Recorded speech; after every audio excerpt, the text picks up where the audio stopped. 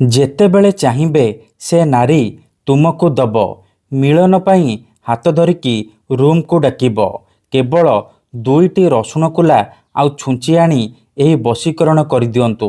ହଁ ଫ୍ରେଣ୍ଡସ୍, ଯଦି ଆପଣ କେଉଁ ଝିଅ ବା ବିବାହିତା ନାରୀକୁ ମନେ ମନେ ଭଲ ପାଉଛନ୍ତି କିନ୍ତୁ ଯେତେ ଚେଷ୍ଟା କଲେ ମଧ୍ୟ ତାକୁ ପଟେଇ ପାରୁନାହାନ୍ତି, ତାକୁ ନିଜର ମନ କଥା କହିବାକୁ ଡରୁଛନ୍ତି, ଆଉ ଆପଣ ଚାହୁଁଛନ୍ତି କି ସେ ଝିଅ ବା ବିବାହିତା ନାରୀ ନିଜେ ଆସି ଆପଣଙ୍କୁ ଭଲ ପାଉଛି ବୋଲି କହୁ, ତେବେ ଆଜିର ଏହି ବଶୀକରଣ ଭିଡ଼ିଓଟି ଆପଣଙ୍କର ଇଚ୍ଛାକୁ ପୂରଣ କରିବ।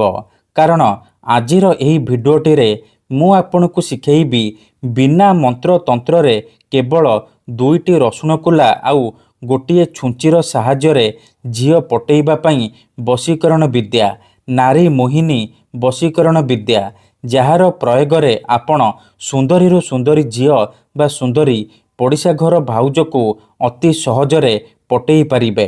ତାଠାରୁ ନିଜର ମନ ମୁତାବକ କାମ ହାସଲ କରିପାରିବେ। ସିଏ ଆପଣଙ୍କୁ କୌଣସି ପ୍ରକାର ବାଧା ଦେବ ନାହିଁ। ନମସ୍କାର ଫ୍ରେଣ୍ଡସ୍, ଓଡ଼ିଆ ଫଣ୍ଡା ଚ୍ୟାନେଲକୁ ଆପଣମାନଙ୍କୁ ସ୍ୱାଗତ। 2ଟି ରସୁଣ କୁଲାର ଏହି ବଶୀକରଣ ପ୍ରଚଣ୍ଡ ମହାଶକ୍ତିଶାଳୀ ବଶୀକରଣ। ଏହାର ପ୍ରୟୋଗ କେବେ ବି ଖାଲି ଯାଏନି।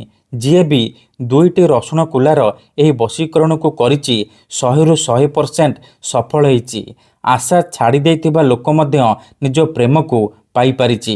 ବିନା କୌଣସି ପରିଶ୍ରମ କରି, ବିନା କୌଣସି ପଇସା ଖର୍ଚ୍ଚ କରି ଘରେ ବସି ବସି ଏହି ବଶୀକରଣକୁ ଅତି ସହଜରେ କରିପାରିବେ ଆଉ ନିଜ ପସନ୍ଦର ସୁନ୍ଦରୀ ଝିଅ ବା ସୁନ୍ଦରୀ ଭାଉଜକୁ ନିଜର କରିପାରିବେ। ତାଠାରୁ ନିଜର ମନ ମୁତାବକ କାମ ହାସଲ କରିପାରିବେ। ଏହି ବଶୀକରଣ ସାହାଯ୍ୟରେ ଆପଣ ଶାଶୁ, ନଣନ୍ଦ, ଦିଅର, ଭାଉଜ କାହାକୁ ବି ନିଜ ବଶରେ କରିପାରିବେ। ତାଠାରୁ ନିଜର ମନ ମୁତାବକ କାମ ହାସଲ କରିପାରିବେ। କେବଳ 2ଟି ରସୁଣ କୁଲା ଆଉ ଗୋଟିଏ ଛୁଞ୍ଚି ଆଣି ଏହି ବଶୀକରଣ କରିଦିଅନ୍ତୁ। ତାପରେ ଦେଖିବେ ଚମତ୍କାର। ଯେଉଁ ଝିଅ ଆପଣଙ୍କୁ ଭାव ଦେଉନଥିଲା ସିଏ ପାଗଳି ପରି ଆପଣଙ୍କୁ ଭଲ ପାଇବ। ପଡ଼ିଶା ଘର ଭାଉଜ ରାତି ଦିନ ଫୋନ୍ କରିବ, ରୁମକୁ ଡାକିବ, ଯାହା ଚାହିଁବେ ତାହା କରିବ। ତେବେ 2ଟି ରସୁଣ କୁଲା ଆଉ ଛୁଞ୍ଚିର ଏହି ବଶୀକରଣ ଆପଣ କିପରି କରିବେ, ଏହାର ପ୍ରୟୋଗ ବିଧି କ'ଣ, ମୁଁ ଆପଣଙ୍କୁ ଶିଖେଇବି। ଜାଣିବା ପାଇଁ ଭିଡ଼ିଓଟିକୁ ମୂଳରୁ ଶେଷ ପର୍ଯ୍ୟନ୍ତ ପୁରା ଧ୍ୟାନ ସହିତ ଦେଖନ୍ତୁ। ଅଧାରୁ ଛାଡ଼ିକି ପଳେଇଲେ କିମ୍ବା କାଟି କାଟି ଦେଖିଲେ ଆପଣ କିଛି ବି ବୁଝିପାରିବେନି। ପରେ କମେଣ୍ଟ କରିବେ, ଗୁରୁଜୀ ଆପଣଙ୍କର ବଶୀକରଣ କାମ କରୁନି। ତେଣୁ ମୋର ଆପଣମାନଙ୍କୁ ଅନୁରୋଧ କି ଆପଣ ଭିଡ଼ିଓକୁ ପୁରା ଧ୍ୟାନ ସହିତ ଶେଷ ପର୍ଯ୍ୟନ୍ତ ଦେଖନ୍ତୁ। ପ୍ରୟୋଗ ବିଧିକୁ ଠିକ୍ ଭାବରେ ବୁଝନ୍ତୁ। ତାପରେ ଯାଇକି ଆପଣ ଏହି ବଶୀକରଣକୁ କରିବା ପାଇଁ ଯିବେ। ତେବେ ଯାଇ ଆପଣଙ୍କର ବଶୀକରଣ କାମ କରିବ। ଆପଣ ଯେତେ ସୁନ୍ଦରୀ ଝିଅ ବା ସୁନ୍ଦରୀ ମହିଳାକୁ ଚାହିଁବେ ଅତି ସହଜରେ ନିଜର କରିପାରିବେ। ତାଠାରୁ ନିଜର ମନ ମୁତାବକ କାମ ହାସଲ କରିପାରିବେ। ତେବେ ଏହି ବଶୀକରଣ ଆପଣ କିପରି କରିବେ ଜାଣିବା ପୂର୍ବରୁ ଯଦି ଆପଣ ଆମ ଚ୍ୟାନେଲକୁ ପ୍ରଥମ ଥର ଆସିଛନ୍ତି, ତେବେ ଦୟାକରି ଚ୍ୟାନେଲକୁ ସବସ୍କ୍ରାଇବ୍ କରି ପାଖରେ ଥିବା ବେଲ୍ ଆଇକନ୍କୁ ମଧ୍ୟ ଦବାଇ ଦିଅନ୍ତୁ। ଯାହାଦ୍ୱାରା ଆମେ ଯେଉଁ ବି ଭିଡ଼ିଓ ଅପଲୋଡ଼ କରିବୁ ସର୍ବପ୍ରଥମେ ଆପଣ ଦେଖିପାରିବେ ଆଉ ତା'ର ଲାଭ ପାଇପାରିବେ। ତେବେ ଚାଲନ୍ତୁ ଜାଣିବା 2ଟି ରସୁଣ କୁଲା ଆଉ ଛୁଞ୍ଚିର ସାହାଯ୍ୟରେ ଆପଣ କିପରି ଝିଅ ପଟେଇ ପାରିବେ। ମନେ ରଖନ୍ତୁ, ଏହି ବଶୀକରଣ ହେଉଛି ମୁସଲିମ ବଶୀକରଣ। ତେଣୁ ଏହି ବଶୀକରଣକୁ ଆପଣ କେବଳ ଶୁକ୍ରବାର ଦିନ କରିବେ। ଦିନ 3ଟାରୁ ସନ୍ଧ୍ୟା 6ଟା ମଧ୍ୟରେ ଏହି ବଶୀକରଣକୁ କରିବେ। ବଶୀକରଣ କରିବା ପୂର୍ବରୁ ଭଲ ଭାବରେ ହାତ, ଗୋଡ଼, ମୁହଁ ଧୋଇକି ସଫା ବସ୍ତ୍ର ପିନ୍ଧିକି ଆପଣ ଏହି ବଶୀକରଣକୁ ଆରମ୍ଭ କରିବେ।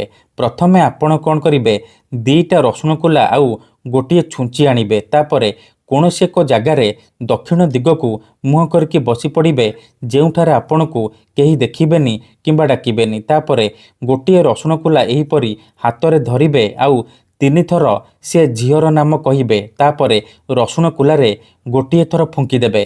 ତାପରେ ଆଉ ଗୋଟିଏ ରସୁଣ କୁଲା ଧରିବେ, ନିଜର ନାମ 3 ଥର କହିବେ। ତାପରେ ଏ ରସୁଣ କୁଲାରେ ଗୋଟିଏ ଥର ଫୁଙ୍କିଦେବେ। ଏତିକି କରିସାରିବା ପରେ 2ଟା ରସୁଣ କୁଲାକୁ ଏହିପରି ଧରିବେ ଆଉ ସେଥିରେ ଛୁଞ୍ଚିକୁ ଏହିପରି ଫୋଡ଼ିଦେବେ। ଧ୍ୟାନ ସହିତ ଦେଖନ୍ତୁ, ମୁଁ ଯେମିତି କରୁଛି ଆପଣ ଠିକ୍ ସେହିପରି କରିବେ। କିଛି ବି ଭୁଲ ଭାଲ କରିବେନି, ନହେଲେ ଆପଣଙ୍କର ବଶୀକରଣ କାମ କରିବନି। ପରେ କହିବେ ଗୁରୁଜୀ ଆପଣଙ୍କର ବଶୀକରଣ କାମ କରୁନି। ଦେଖନ୍ତୁ, 2ଟା ରସୁଣ କୁଲାରେ ଛୁଞ୍ଚିକୁ ଏହିପରି ଫୋଡ଼ି ସାରିବା ପରେ ଆପଣ ଆଖି ବନ୍ଦ କରିକି ସେଇ ଝିଅ ବା ନାରୀକୁ ମନେ ମନେ ଭାବିବେ। ଏମିତି ଭାବିବେ ଯେମିତି ସେ ଝିଅ ଆପଣଙ୍କର ବଶରେ ହେଇଯାଇଛି, ଆପଣଙ୍କର ସବୁ କଥା ମାନୁଛି, ଆପଣ ତାକୁ ଯାହା କହୁଛନ୍ତି ସିଏ କରୁଛି। ଏହିପରି ଭାବି ସାରିବା ପରେ ୟା ମଜିଦୁ ୟା ମଜିଦୁ ୟା ମଜିଦୁ ଏହିପରି 7 ଥର କହିବେ। ତାପରେ ଏ ରସୁଣ କୁଲା ଆଉ ଛୁଞ୍ଚିରେ ଗୋଟିଏ ଥର ଫୁଙ୍କିଦେବେ। ଏତିକି କରିସାରିବା ପରେ ଆପଣ ଏ ରସୁଣ କୁଲା ଆଉ ଛୁଞ୍ଚିକୁ ଏହିପରି ନେଇକି ନିଜ ଅଗଣାରେ କିମ୍ବା କୌଣସି ଏକ ଜାଗାରେ ଅଳ୍ପ ଟିକିଏ ମାଟି ଖୋଳିକି ପୋତିଦେବେ। ଗ୍ୟାରେଣ୍ଟି ଦେଉଛି 2ରୁ 3 ଘଣ୍ଟା ଭିତରେ ପ୍ରଭାବ ପଡ଼ିବା ଆରମ୍ଭ ହୋଇଯିବ। ସେ ଝିଅ ହେଉ ବା ବିବାହିତା ନାରୀ ନିଜେ ଆସି ଆପଣଙ୍କ ସହିତ କଥା ହେବ, ନହେଲେ ଆପଣଙ୍କୁ ଫୋନ୍ କରିବ। ଆପଣଙ୍କ ପ୍ରେମରେ ଏମିତି ଦିବାନୀ ହେଇଯିବ କି ଆପଣଙ୍କୁ ନ ଦେଖି ଗୋଟେ ମୁହୂର୍ତ୍ତ ବି ରହିପାରିବନି। ତେଣୁ ମୁଁ ଆପଣଙ୍କୁ ଆଉ ଥରେ କହି ରଖୁଛି, ମନରେ କୌଣସି ଖରାପ ଉଦ୍ଦେଶ୍ୟ କିମ୍ବା କୌଣସି ଖରାପ କାମ ପାଇଁ ଆପଣ ଏହି ବଶୀକରଣକୁ ପ୍ରୟୋଗ କରିବେନି। ଧନ୍ୟବାଦ।